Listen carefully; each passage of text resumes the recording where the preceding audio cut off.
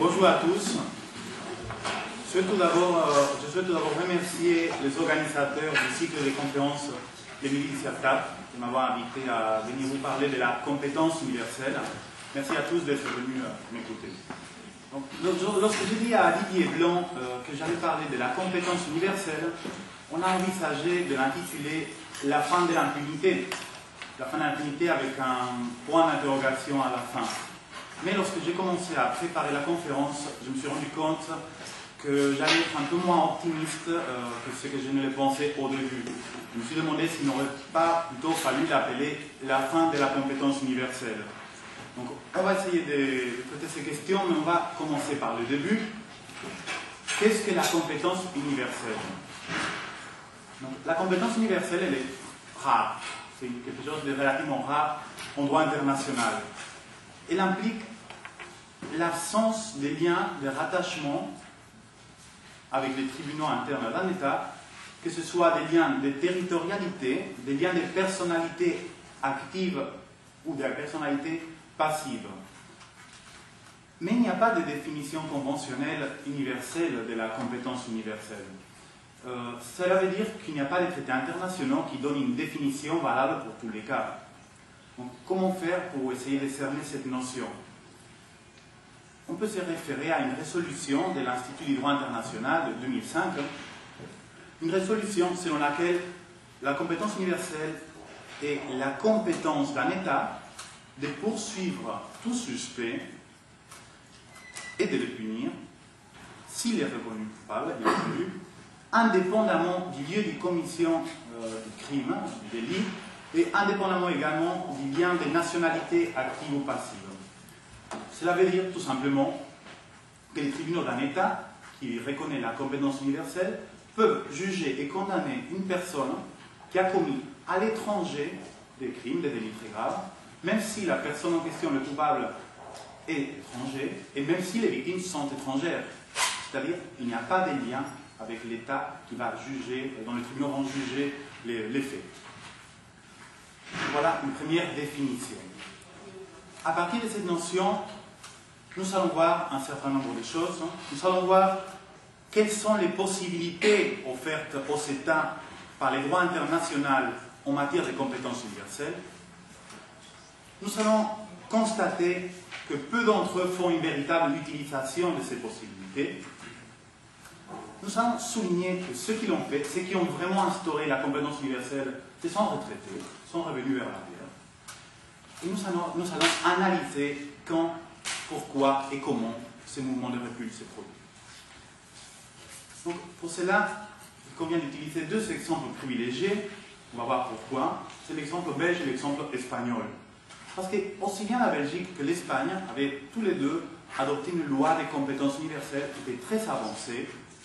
Et aussi bien la Belgique que l'Espagne, ils ont tous les deux modifié leur loi de manière très restrictive. Nous verrons donc dans un premier temps quelles sont les règles nationales et internationales absolues et conditionnelles relatives à la compétence universelle pour nous pencher ensuite sur les problèmes juridiques récents causés par cette modification restrictive de la compétence universelle. Donc, tout d'abord, la compétence universelle en droit interne et en droit international.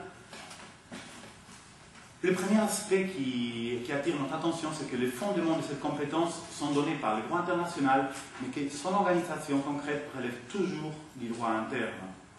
C'est pour cela que nous verrons, dans une première sous-partie, une utilisation extensive, initiale, des règles internationales en Belgique et en Espagne. Une utilisation large, une utilisation extensive. Le rôle du droit international est un rôle d'autorisation. Cela veut dire que le droit international n'oblige pas les États à adopter ces règles de compétences universelles. Le droit international n'impose pas aux États d'adopter des normes selon lesquelles les tribunaux doivent punir les responsables de tous les crimes, quel que soit l'endroit, quelle que soit leur nationalité. Ce n'est pas, dans la plupart des cas, ce n'est pas obligatoire. Mais il y a néanmoins des règles internationales qui les permettent, qui permettent aux États d'adopter ces normes. Et ces règles internationales sont parfois coutumières et parfois conventionnelles. On va voir quelques exemples qui sont surtout conventionnels. et qui font appel à des régimes spécifiques pour certains délits. Donc, l'une des conventions les plus anciennes qui prévoit cette possibilité de punition de délits indépendamment de tout lien de compétences, c'est la Convention pour la répression du faux monnayage, ça en est 1920. Mais on a également d'autres conventions qui ont été adoptées plus tard, c'est notamment les 4 conventions de Genève, le droit international humanitaire de 1949. Ces 4 conventions sont particulièrement intéressantes. Je vais citer l'article commun 49, 50, 129 et 246. C'est un article commun en 4 conventions. Cet article prévoit, je cite, que chaque partie contractante aura l'obligation, je dis bien l'obligation, non pas la possibilité, mais l'obligation de rechercher les personnes prévenues d'avoir commis ou d'avoir ordonné de commettre l'une ou l'autre des infractions graves prévues par la Convention, et elle devra les référer à ses propres tribunaux, quelle que soit leur nationalité. Il faut insister sur le mot obligation. Autrement dit, ces conventions de Genève, qui sont ratifiées par la plupart des États, qui sont applicables à la plupart des États, prévoient que les États auront l'obligation de déférer aux tribunaux internes les personnes qui ont commis une violation des conventions de Genève, quelle que soit leur nationalité. On voit aussi que c'est quel que soit l'endroit où le crime a été commis. Compétence universelle ici, obligatoire. Ce n'est pas le cas de toutes les conventions. On a d'autres conventions qui sont un peu plus permissives, un peu moins obligatoires, dans ce degré variable d'autorisation. C'est le cas notamment de la Convention pour la répression de la capture illicite d'aéronefs. Cette convention prévoit, dans son article 4, qu'elle n'écarte aucune compétence pénale exercée conformément aux lois nationales. Ici, ce n'est pas la même chose que pour les conventions de Genève. On voit qu'il y a une différence. On ne prévoit pas une obligation, on dit tout simplement on laisse faire. On n'écarte pas. Les critères de compétences prévus ici pour la capture illicite d'aéronefs sont les critères qui sont prévus dans la Convention, mais les États peuvent aller plus loin. Comment ils vont faire pour aller plus loin? Ils peuvent adopter des normes de compétences universelles. C'est un peu la même chose que la Convention contre la prise d'otages. On a une convention qui rajoute aussi des possibilités additionnelles, et c'est la Convention sur l'élimination et la répression des crimes d'apartheid.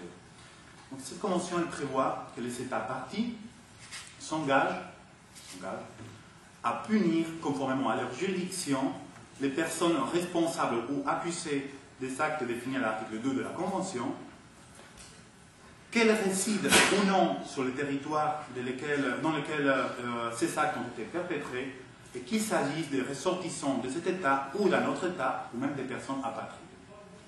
Ici, on prévoit très explicitement une obligation de punition, et on exclut le besoin des liens de rattachement habituels avec les tribunaux internes. On a vu quelques exemples, on a vu que ce sont des régimes internationaux plutôt permissifs, assez spécifiques, et qui prévoient l'autorisation aux États, donnée par les lois internationales, de prévoir la compétence universelle de leurs tribunaux. Quelquefois c'est une obligation, d'autres fois c'est une invitation. Disons que c'est un degré variable de l'autorisation. Quel est le point commun de tous ces articles dont nous venons de parler? Le point commun, c'est essentiellement qu'il s'agit de délits très graves.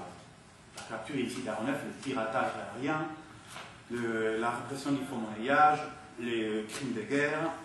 On a un certain nombre de crimes, de délits qui ne sont pas des délits quelconques, qui sont particulièrement graves, et le droit international a décidé de s'en occuper et d'inviter les États à agir, pas de les obliger. Face à cette autorisation, les États peuvent avoir une double attitude. Soit ils en font une interprétation large, soit ils en font une interprétation restrictive. Autrement dit, soit ils décident de tirer toutes les conséquences de l'autorisation donnée par le droit international, soit ils décident de limiter la compétence extraterritoriale de leur tribunal. L'Espagne et la Belgique ont fait une interprétation très large dans un premier temps de ces règles. Je dis très large parce qu'ils ont adopté tous les deux lois de compétences universelles, des véritables compétences universelles. L'Espagne, pour sa part, on va voir les deux. L'Espagne, pour sa part, a adopté en 1985 la loi organique du pouvoir judiciaire. C'est une loi qui prévoit la compétence universelle dans son article 23.4 pour un certain nombre de délits. Une loi qui n'a pas été appliquée, un article, pardon, qui n'a pas été appliqué jusqu'en 1998 à l'occasion du mandat d'arrêt contre Pinochet. Mais cet article, l'article 23.4, prévoit, vous voulez lire, une version traduite en français, la juridiction espagnole sera compétente pour connaître des faits commis par les Espagnols ou par les étrangers en dehors du territoire national qui sont susceptibles d'être classés dans l'un des délits suivants: génocide, terrorisme, piraterie et détournement illicite de la honneur, falsification de monnaie étrangère, délit de prostitution et de corruption des mineurs, trafic illégal de drogue, trafic illégal de personnes, délit relatif à la mutilation génitale féminine, ou même, clause d'ouverture finale, n'importe quel autre fait qui, selon les traités et les conventions internationales, doivent être poursuivis en Espagne. Comment analyser cette disposition? Il convient d'analyser tout d'abord dans une perspective d'énumération, c'est-à-dire une énumération de délits, mais on laisse la porte ouverte à votre délit, pour ceux qui doivent être poursuivis en Espagne selon les traités internationaux. Cette loi, ces derniers points, la clause d'ouverture est particulièrement importante. On verra plus tard pourquoi. Autrement dit, en application de cette loi, les tribunaux espagnols étaient compétents pour juger d'un délit, quel que soit l'endroit où il a été commis, quelle que soit la personne qui l'a commis, quelle que soit la nationalité de la victime, tant qu'il s'agissait de l'un des délits énumérés dans l'article 23.4. Quelle est la finalité d'une telle disposition? Bien évidemment, c'est la lutte contre l'impunité. La lutte contre l'impunité des criminels les plus graves. Et la Belgique. La Belgique avait aussi adopté une loi très importante en la matière, c'était la loi belge du 16 juin 1993, une loi qui prévoyait que les juridictions belges étaient compétentes pour connaître les infractions énumérées dans la loi, indépendamment du lieu où celles-ci auront été commises. Après, cet article a été développé. On voit évidemment que la Belgique poursuivait la même finalité que l'Espagne, lutter contre l'impunité, mais il est possible de trouver quelques différences, quelques divergences entre l'approche belge et l'approche espagnole. Dans les deux cas, on va essayer de punir les délits les plus graves, de lutter contre l'impunité, mais la loi espagnole ne prévoit que 8 délits, alors que la loi belge prévoit 20 délits. La loi espagnole prévoit une clause d'ouverture qui permet d'actualiser même les délits les plus graves, selon les traités internationaux. La loi belge n'avait pas de clause d'ouverture, mais elle avait une énumération plus large. En Espagne, on ne mentionne pas du tout dans la loi la question des immunités. Je parle de l'immunité d'un chef de l'État qui est plus ordonné de commettre des faits très graves, des délits très graves. On ne le mentionne pas. Et comme vous le savez, si on ne mentionne pas les immunités, comme vous le savez peut-être ceux qui ont fait le droit international, si on ne mentionne pas les immunités, on va trouver à les appliquer. Parce que le gouvernement a des immunités des juridictions, notamment, qui les protègent. En Belgique, en revanche, c'est très intéressant de savoir qu'en 1999, une loi complémentaire écartait l'immunité. La loi de 1999 affirmait que l'immunité attachée à la qualité officielle d'une personne n'empêche pas l'application de la loi de 1993. Qu'est-ce que ça veut dire? Ça veut dire que même si les délits ont été commis par un chef de l'État, un ministre des Affaires étrangères, un premier ministre d'un État, il peut être poursuivi en Belgique. Il pouvait. Plus maintenant, on verra. Il pouvait être poursuivi en Belgique. En Espagne, on était un peu plus regardant par rapport à l'immunité. Dernière différence importante entre l'Espagne et la Belgique, on voyait que l'Espagne permettait le début du procès en l'absence de l'accusé, mais pas sa condamnation. Il fallait qu'il soit là. Pas des procès in absentia, pas des condamnations in absentia. Alors qu'en Belgique, on pouvait initier et terminer les procès sans l'accusé. On pouvait les condamner alors qu'il n'était pas là. Qu'est-ce que ça voulait dire? Ça voulait dire qu'on pouvait juger en Belgique des personnes qui ne se trouvaient pas en Belgique, qui n'étaient pas belges, qui n'avaient jamais connu la Belgique, qui n'étaient jamais allés ni à Bruxelles ni en Belgique, qui avait fait des délits très graves contre les personnes qui n'étaient pas belges, et pourtant il pouvait avoir une condamnation en Belgique.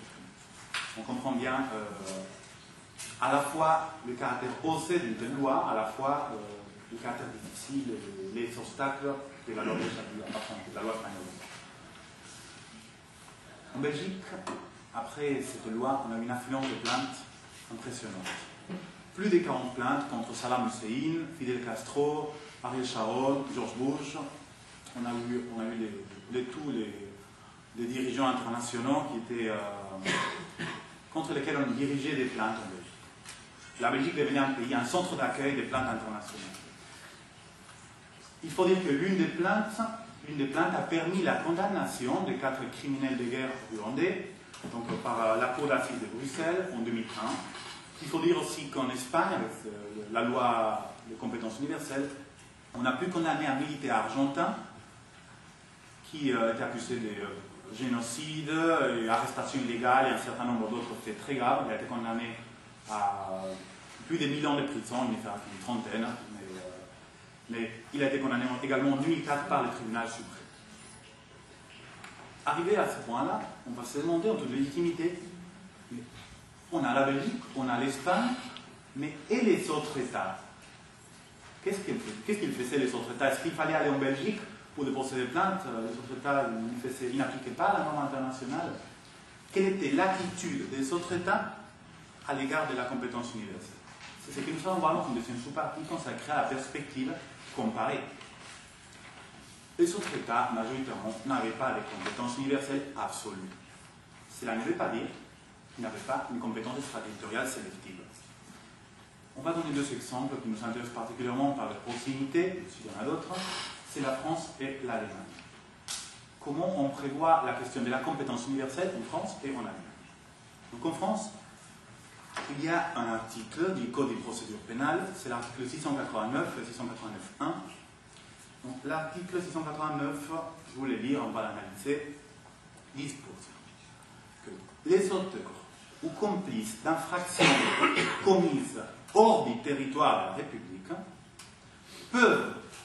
peuvent être poursuivis et jugés par les juridictions françaises lorsqu'une convention internationale donne compétence aux juridictions françaises pour connaître l'infraction.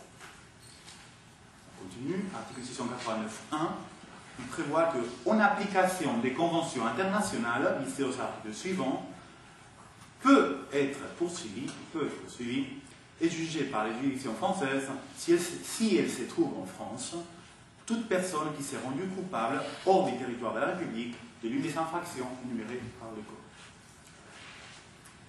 Je ne sais pas si vous avez retenu les tenants et les aboutissants de cet article, mais cet article instaure en réalité une compétence universelle doublement limitée. J'ai dit doublement limitée parce que la première limite, c'est qu'elle est facultative. Peut être poursuivi, peuvent être poursuivis. Mais toujours peut, mais pas doit. Pourquoi? Qu'est-ce que cela veut dire? C'est sans doute une application du principe d'opportunité des poursuites pénales. Jusqu'à quel point ça va être intéressant de poursuivre les dirigeants des autres États en profitant du fait qu'ils viennent donner une conférence à Paris. On va donner un exemple sur ça après. Le principe peut être poursuivi. Deuxième limite, c'est la nécessité que le présumé coupable, le suspect, se trouve sur le territoire français au moment de la plainte. Ça limite, en Belgique on n'a pas besoin de ça, ici on avait besoin. Double limite qui n'a pas empêché un certain succès jurisprudentiel. Il ne faut pas le nier.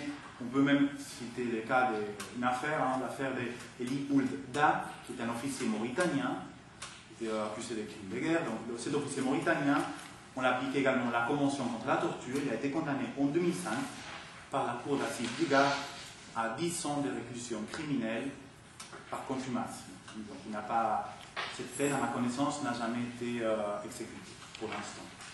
Il vaut mieux peut-être pas qu'il vienne en France, il ne veut pas qu'on l'exécute. Donc on a, malgré ces principes d'opportunité, malgré ces limites, on a quand même la possibilité d'appliquer, de lutter contre l'impunité.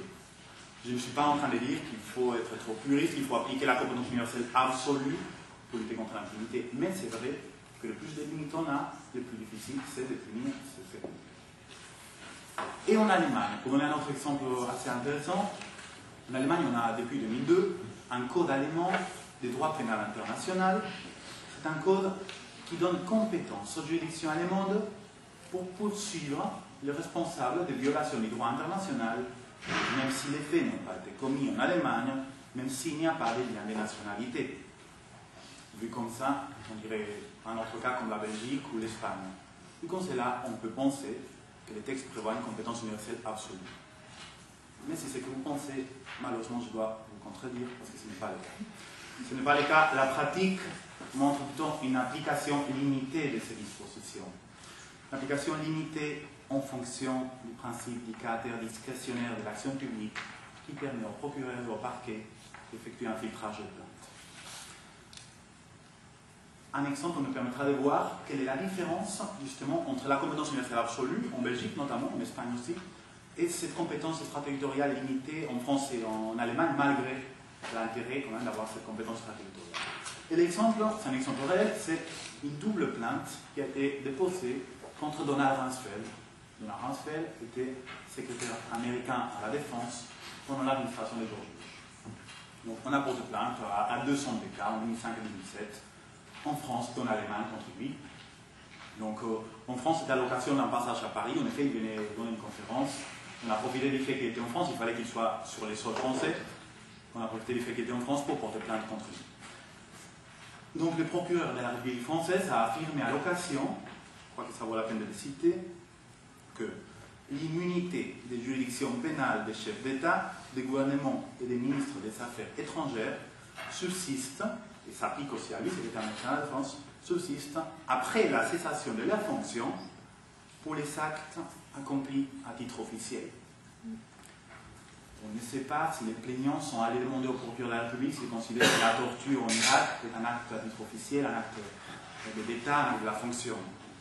À ma connaissance, il n'y a pas eu de suite par rapport à ça, mais c'est une bonne question qu'on peut se poser. Évidemment, la plainte a été écartée. Et en Allemagne. En Allemagne, c'est encore une fois le principe de subsidiarité. Ici, c'est le parquet à considérer que pourquoi pas les juger, mais c'était plutôt aux États-Unis de le faire. C'était l'État qui avait un lien de rattachement le plus fort, donc filtrage des plaintes par le parquet. On voit donc l'intérêt de la compétence extraterritoriale, mais les limites qu'on instaure, et que certains n'ont jamais dépassées, et que d'autres, la Belgique et l'Espagne, avaient dépassées. Avant de finir cette première partie, je souhaite déjà avancer quelques premières conclusions. 3 conclusions. Ma première conclusion, c'est que la frontière entre la conception absolue et la conception conditionnelle de la compétence universelle est une frontière fluctuante. On voit bien que les textes n'ont pas de réponse. Une frontière fluctuante. Ma deuxième conclusion, c'est qu'en effet, l'analyse des textes législatifs ne donne pas toujours toutes les réponses. Sinon, on pourrait penser l'Allemagne, pas toutes les réponses on les voit. Ma troisième conclusion provisoire, c'est que l'évolution de la jurisprudence peut déterminer l'application large ou étroite de la compétence universelle. Et face à ces 3 conclusions, il y a une question qui surgit inéluctablement. La question c'est pourquoi on a limité la compétence universelle, la conception absolue de la compétence universelle dans les États qui avaient eu le courage d'aller jusqu'au bout de ce que le droit international leur permettait de faire. Pourquoi on l'a limité? Et c'est ce que nous allons voir dans une deuxième partie. Une deuxième partie consacrée aux limitations discutables de la compétence universelle.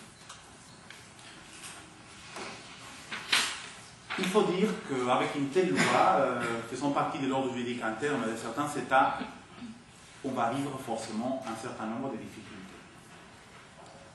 Ces difficultés, ces problèmes sont à la fois juridiques, mais aussi politiques.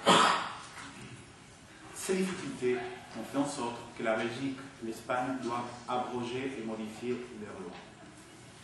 Tout d'abord, nous allons voir les modifications restrictives des lois belges et espagnoles pour tenter de cerner l'itinéraire parcouru par ces 2 lois. Les obstacles, je l'ai dit, ce sont des obstacles à la fois juridiques et politiques. Et quand on dit obstacles juridiques, on dit obstacles juridiques internes et obstacles juridiques internationaux.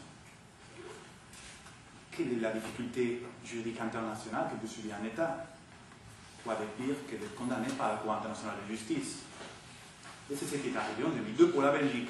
Donc la Belgique a été condamnée en 2002 par la CIJ, par la Cour internationale de justice, dans l'affaire du mandat d'arrêt contre le ministre des Affaires étrangères en exercice en RDC, ça s'appelait Virodia, on avait livré un mandat d'arrêt pour crime contre l'humanité. Il était ministre des Affaires étrangères. N'oublions pas que la Belgique ne reconnaissait pas l'immunité, si c'était pour lutter contre l'impunité. Donc le fait qu'il était ministre, ce n'était pas un problème. Le mandat d'arrêt était délivré.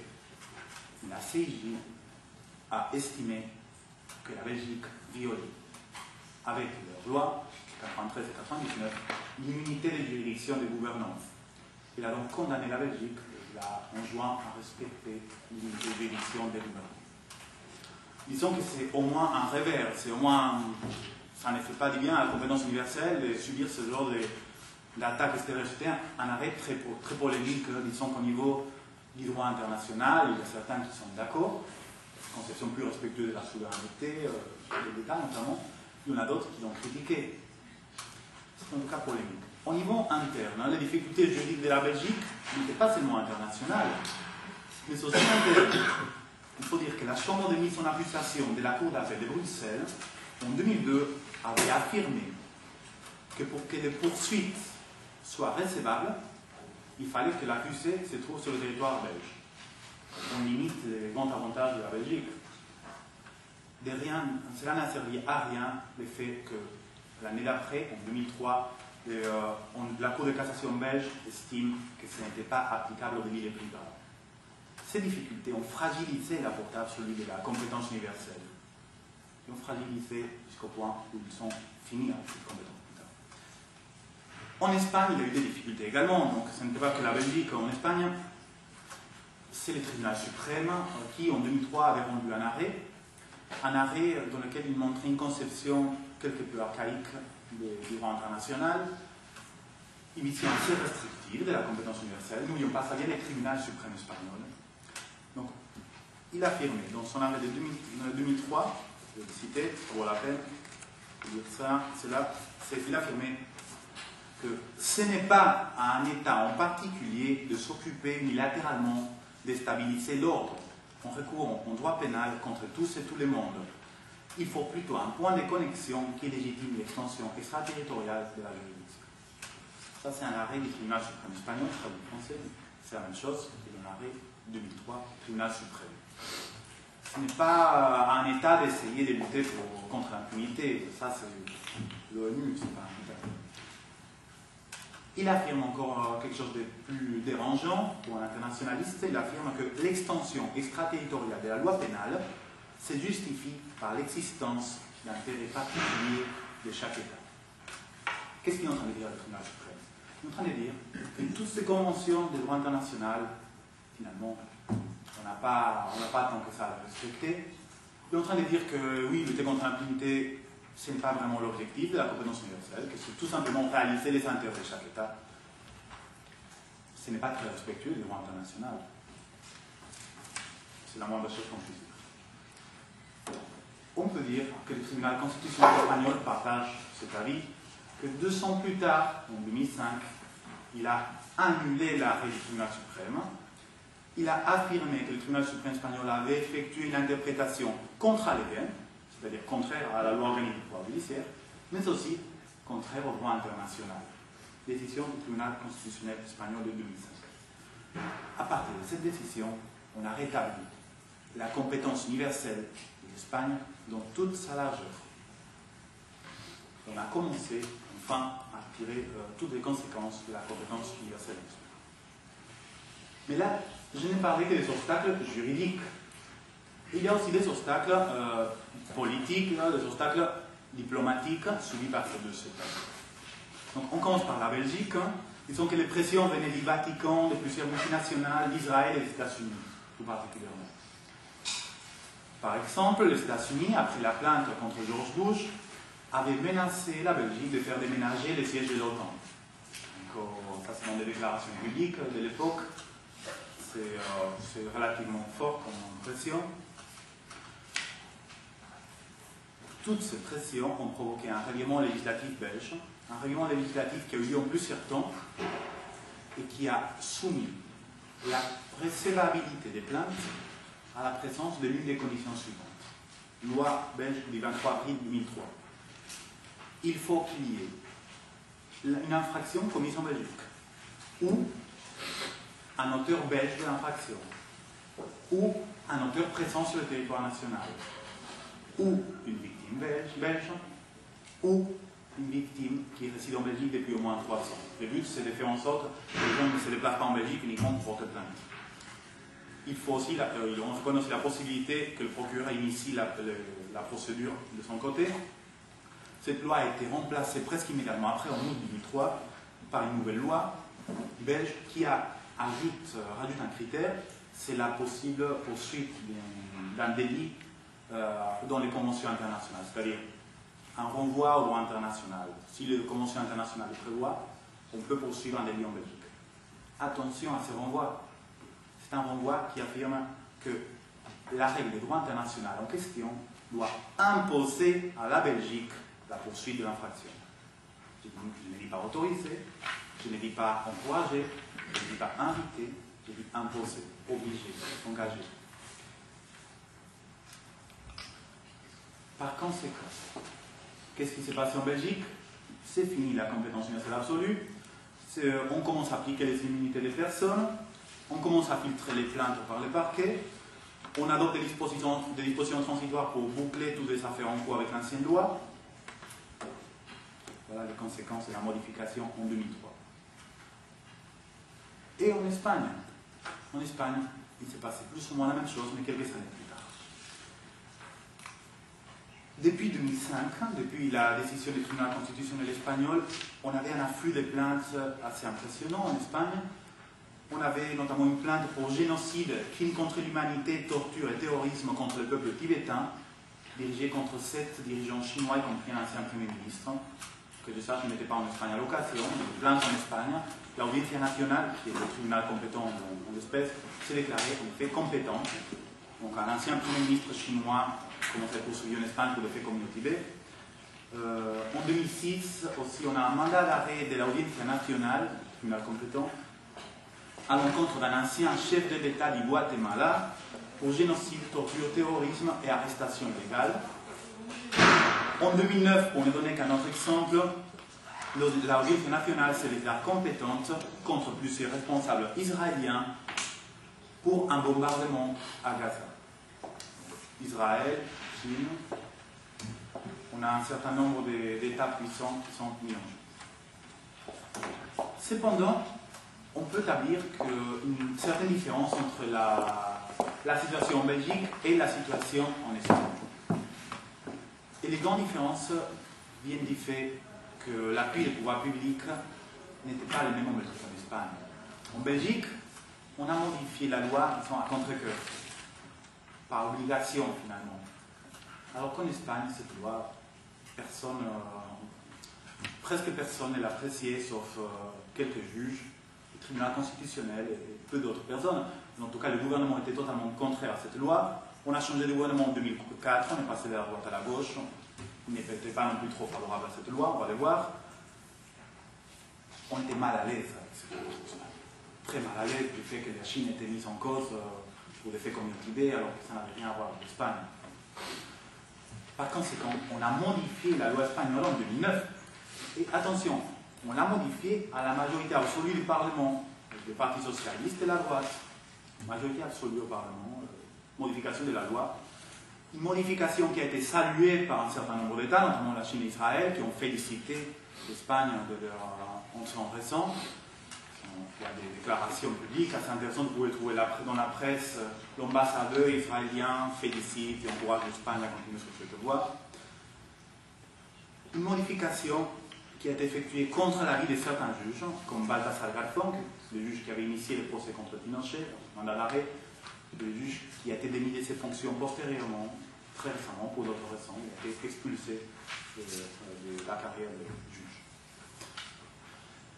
Cette nouvelle loi espagnole rajoute un certain nombre de conditions.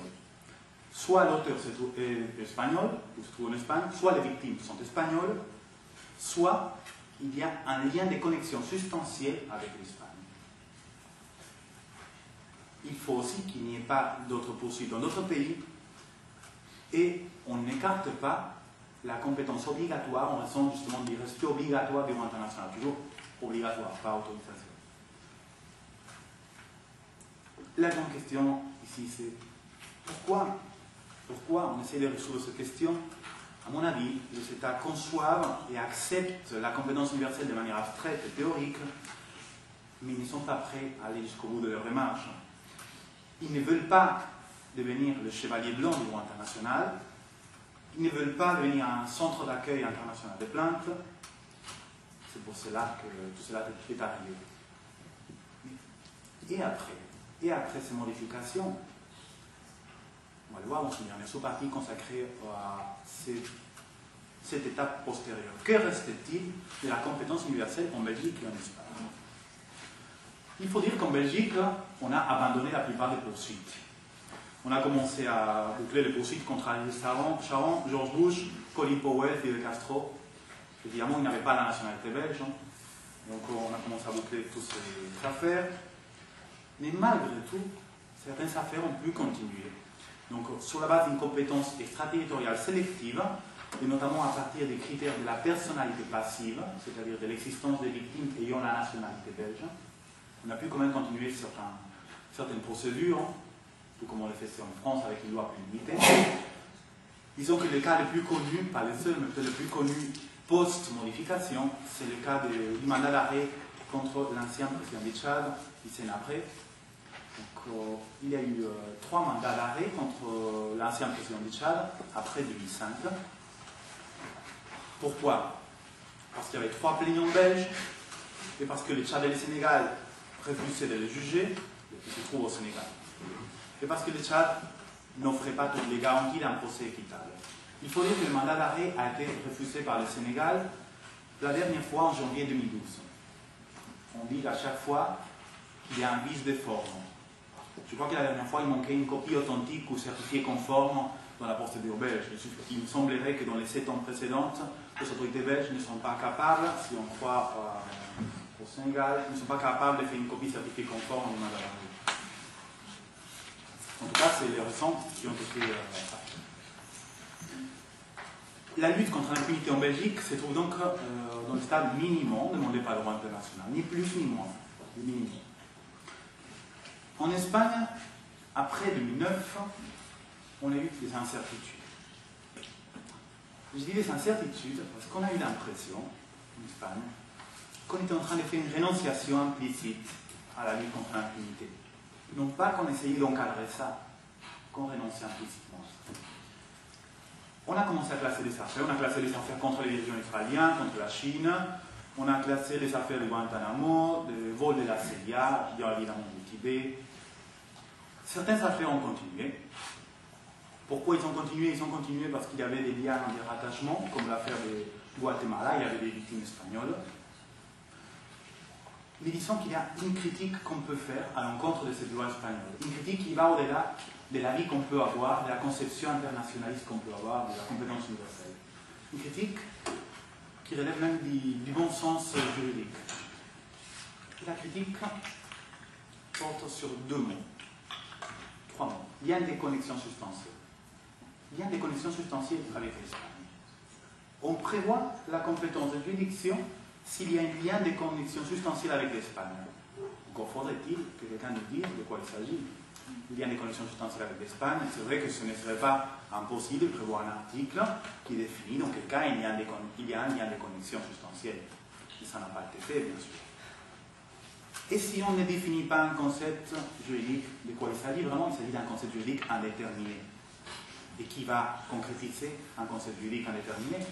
C'est le juge. Le juge va concrétiser donc le lien des conditions substantielles avec l'Espagne. Cela est critiquable parce qu'on donne au juge des pouvoirs excessifs dans un domaine délicat comme la justice pénale internationale. Moi, cela va au-delà de ce qu'on devrait autoriser. Il est vrai que, néanmoins, par l'application du renvoi aux conventions internationales obligatoires, on peut néanmoins appliquer la Convention universelle, la compétence universelle, notamment en appliquant les conventions de Genève, qui sont assez précises et qui sont obligatoires. Cependant, on voit que cela représente un certain recul. En conclusion, donc, qu'est-ce qu'on peut dire par rapport à cet itinéraire, à cette perspective comparée, à cette perspective internationaliste et interne en même temps?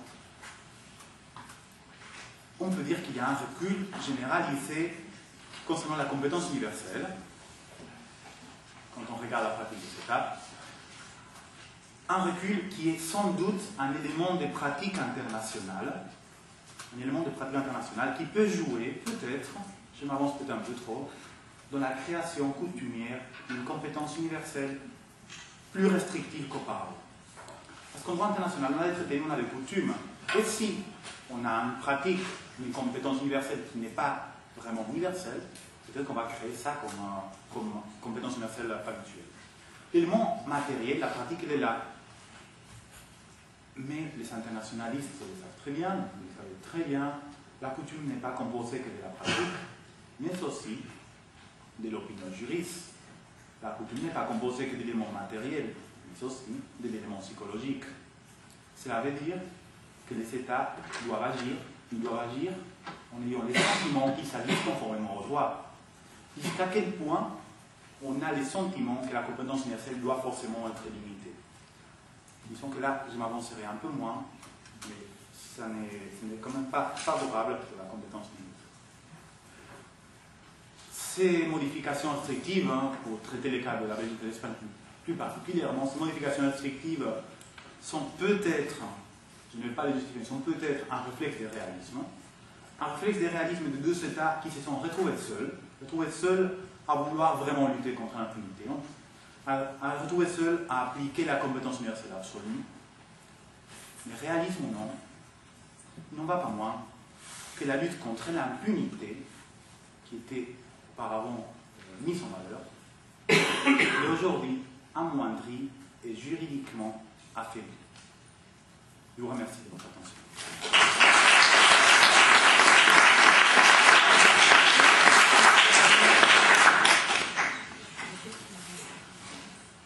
Là, je ne sais pas quelle est la prochaine étape, mais je pense que si vous avez des questions, on peut essayer de discuter. Oui? Peut-être un peu naïf, mais pourquoi le problème vient surtout du fait qu'il n'y a pas tous les États qui veulent vraiment intégrer cette compétence? Donc si tous les États faisaient un peu comme l'exemple belge ou espagnol, est-ce que ce ne serait pas justement une sécurité, vu que le système de l'ONU est quand même basé sur le fait d'entretenir des rapports de paix? Donc si tout le monde a cette possibilité de poursuivre des gens qui ont fait des crimes horribles, c'est mieux pour tout le monde, non? Alors, ce n'est pas vraiment... le problème ne vient pas vraiment de là. C'est vrai qu'il serait souhaitable peut-être qu'un jour, mais je pense que le jour est lointain, qu'un jour la compétence universelle puisse être adoptée par, je ne sais pas si tous les États, mais en tout cas par beaucoup plus d'États qu'aujourd'hui. Mais le problème en réalité vient du fait que la compétence universelle n'est pas respectée lorsqu'elle est instaurée dans les États. Disons qu'on ne peut pas, on est internationaliste, on respecte la souveraineté des États, ça fait partie du droit international. On n'a pas à dire aux États ce qu'ils doivent faire. Cependant, il n'est pas dit aux États qu'il faut instaurer une compétence universelle, a aussi une contrepartie. Il ne faut pas dire aux États qui instaurent une compétence universelle qu'il ne faut pas le faire. Et là, le problème vient de là, à vrai dire. C'est que certains États ont toute légalité adopté les normes des compétences universelles, qu'on a tout fait pour leur empêcher de faire ça. À l'intérieur des États, à l'extérieur des États, d'un point de vue politique, juridique et diplomatique, on leur a rendu, pour le dire de manière colloquiale, la vie impossible. On a vu quelques exemples, pourtant je n'ai pas été exhaustif. Mais disons que si, lorsqu'un État adopte la norme dans toute sa largeur et en toute légalité, et lorsque à ce moment-là on lui dit il ne faut pas faire ça, on lui fait comprendre qu'il ne faut pas faire ça, là on a un problème, parce que c'est là qu'on est en train de porter atteinte à la solidarité aussi. La Belgique et l'Espagne n'avaient rien fait de contraire au droit international, on l'a vu. Pourtant, sauf peut-être la question des immunités, la Cour internationale de justice, en effet, c'est une question plus polémique. Mais pourtant, on leur a montré la voie à suivre. Et ces deux États étaient trop peu nombreux, il n'y avait que deux États, c'est trop peu. Si on avait un mouvement contraire, si on avait 10 États, 12, peut-être qu'on essaierait de faire, il y aurait plus de permissivité, mais il n'y en a pas.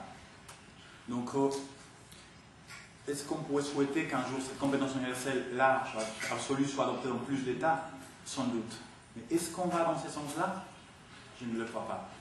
Et pourquoi je ne le crois pas? Non pas seulement pour ce que j'ai déjà dit, Parce que la question est aujourd'hui, ces derniers jours, a été débattue par la 6e Commission des Nations Unies. C'est-à-dire, ce n'est pas juste une question vague de fois on en parle. C'est une question qui était à l'ordre du jour de la 6e Commission des Nations Unies et qui va l'être l'année prochaine encore. Pourquoi? Parce que la 6e Commission prépare les normes internationales, des fois, adoptées par l'Assemblée Générale, la Commission juridique, des affaires juridiques. Qu'est-ce qu'on a dit à la 6e Commission ces derniers temps, quand on a parlé de la compétence universelle? Mais on a dit que malheureusement, on n'arrive pas à se mettre d'accord à cause des divergences de vues entre les États.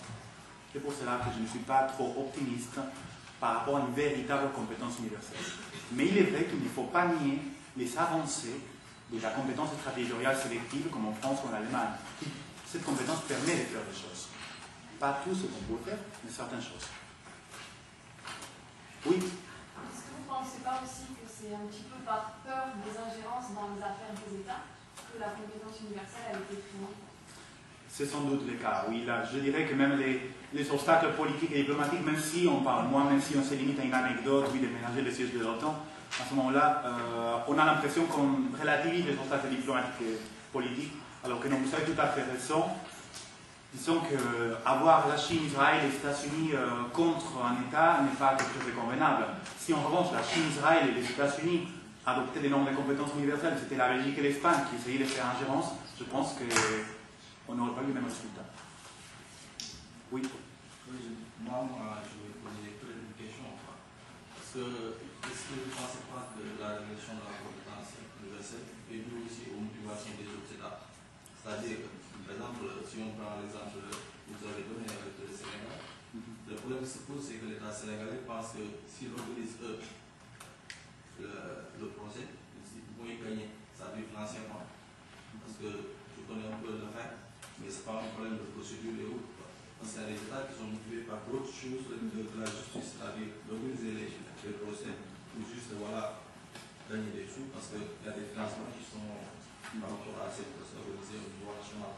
Votre intervention est très intéressante parce qu'elle souligne les contradictions de la compétence universelle. Et pourquoi elle les souligne? Elle les souligne parce que vous me dites, ce n'est pas une question de procédure, il y a d'autres problèmes. Je n'en doute pas. J'en suis sûr qu'il y a d'autres problèmes. Mais la question, c'est qu'on ne dit pas qu'il y a d'autres problèmes. On a un arrêt qui dit quoi? De Dakar, de janvier 2012, donc il y a 2 mois, qui dit on va refuser l'extradition pour vice de forme. Donc il y a d'autres problèmes, on ne veut pas les résoudre, parce que le problème, c'est qu'on ne veut pas que les autres États interviennent.